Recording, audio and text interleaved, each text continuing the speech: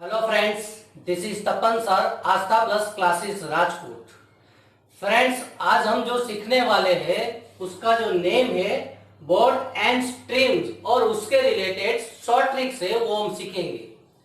तो board and stream में सबसे पहले वन बाय वन मैं आपको उसकी डिटेल बताने जा रहा हूं और जो उसकी शॉर्ट ट्रिक्स है वो भी हम उसके बाद सीखने वाले हैं। तो सबसे पहले आप फोकस करो यहाँ पे।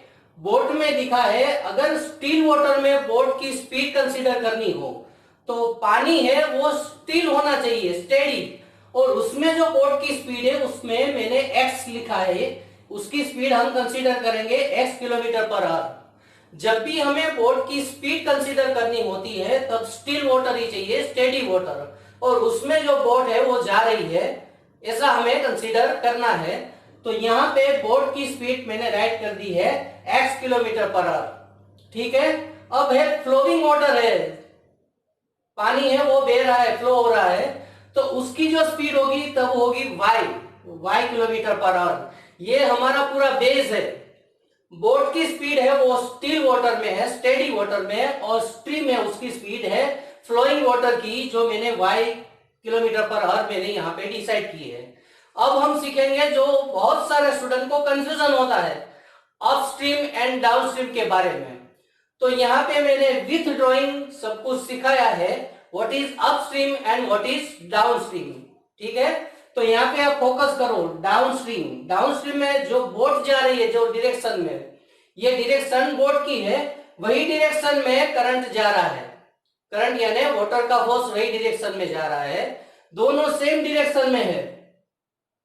तब क्या होगी, जो बोट की स्पीड होगी डाउनस्ट्रीम में, बोट की स्पीड होगी वो x प्लस वाई हो जाएगी, बोट की अपनी स्पीड प्लस जो फोर्स होगा पानी का, ठीक है, उसकी स्पीड भी उसके साथ जुड़ जाएगी और दोनों मिलके x plus y kilometre per hour boat की स्पीड बन जाएगी डाउनस्ट्रीम में। वंस अगेन डाउनस्ट्रीम में क्या होता है, जिस तरफ पे बोट जा रही है पानी का फोर्स भी उसी तरफ है, उसका फ्लो भी उसी तरफ है। अपस्ट्रीम में क्या होता है, बिल्कुल ऑपोजिट, बोट इस तरफ जा रही है और पानी का फोर्स इस तरफ है, पानी इधर फ्लोइंग हो रहा है ऑपोजिट डायरेक्शन में। तो तब बोट की स्पीड क्या हो जाएगी, अपस्ट्रीम में बोट की स्पीड यानी x माइनस वाई। ये x प्लस वाई यानी बोट की स्पीड प्लस फ्लोइंग वाटर की स्पीड दोनों यहाँ पे जुड़ जाते हैं डाउनस्ट्रीम में। अपस्ट्रीम में ऑपोजिट थोड़ा होता है कि बोट इधर जा रही है और पानी का फ्लो इस तरफ है, तो यहाँ पे बोट की speed x minus y kilometre per hour हो जाएगी। डाउनस्ट्रीम में ऑलवेज बोट की स्पीड है वो इंक्रीज हो जाती है और अपस्ट्रीम में ऑलवेज बोट की स्पीड है वो डिक्रीज हो जाती है। ये पूरा कंसेप्ट आपको ख्याल रखना है और उसके बेस पे हम जो शॉर्ट ट्रिक्स है उसकी हम सीखने वाले हैं और आपको पूरी तरह से वो समझ में आ जाएगा। ठीक है। वंस अगेन मेरा यही काम है, आपके जितने भी डाउट्स है उसको वन बाय वन सॉल्व करता जाऊं और जो हमारा फैमिली है मैथ्स का, जो मैथ्स लवर पीपल है वो बढ़ते ही जाए। ठीक है। तो मैं प्रैक्टिकल एग्जांपल के लिए उसकी शॉर्ट ट्रिक के लिए यहाँ पे प्रिपरेशन करके रखता हूं, उसके लिए आप रेडी हो जाइए, फिर उसको वन बाय वन हम सीखेंगे। ठीक है। एक आसान सा क्वेश्चन हमको पूछा गया है कि x is equal to 25 kilometre per hour and y is equal to 5 kilometre per hour. आपको पता ही है बोट की स्पीड स्टिल वाटर में जो पानी रुका हुआ होता है उसमें दी गई है x is equal to 25 kilometre per hour, और जो फ्लो है वाटर का, ठीक है, स्ट्रीम का जो फ्लो है उसकी स्पीड है y is equal to 5 kilometre per hour. अब आपको फाइंड करना है speed of boat in uh downstream and speed of boat upstream. जब स्पीड ऑफ बोट फाइंड करनी हो और डाउनस्ट्रीम हो तो आपको x प्लस वाई करना पड़ेगा। इट्स वेरी इजी, कुछ नहीं है। तो 25 plus 5 is equal to 30 kilometre per hour की स्पीड हो जाएगी बोट की। जब डाउनस्ट्रीम होता है तब है वो फ्लो है स्ट्रीम का, वो बोट की स्पीड में ऐड हो जाता है। अब अपस्ट्रीम में क्या होता है, यहाँ पे होता है x माइनस वाई। ठीक है। जो बोट की स्पीड है 25, उसमें से जो स्ट्रीम है उसकी स्पीड हम माइनस करेंगे तो बोट की स्पीड हमको मिलेगी 20 kilometre per our. It's very easy and बहुत ही सिंपल है, कुछ नहीं है। जब डाउन स्ट्रीम हो तो ऐड करो और अप स्ट्रीम है तो माइनस करो, और कुछ नहीं है।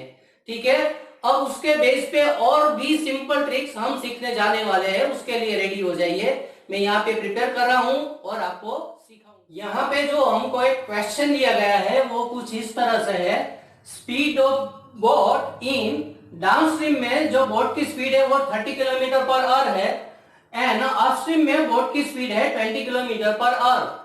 ठीक है, ये हमको दिया गया है और उसके बेस पे आप फाइंड करो, find the speed of boat in still water.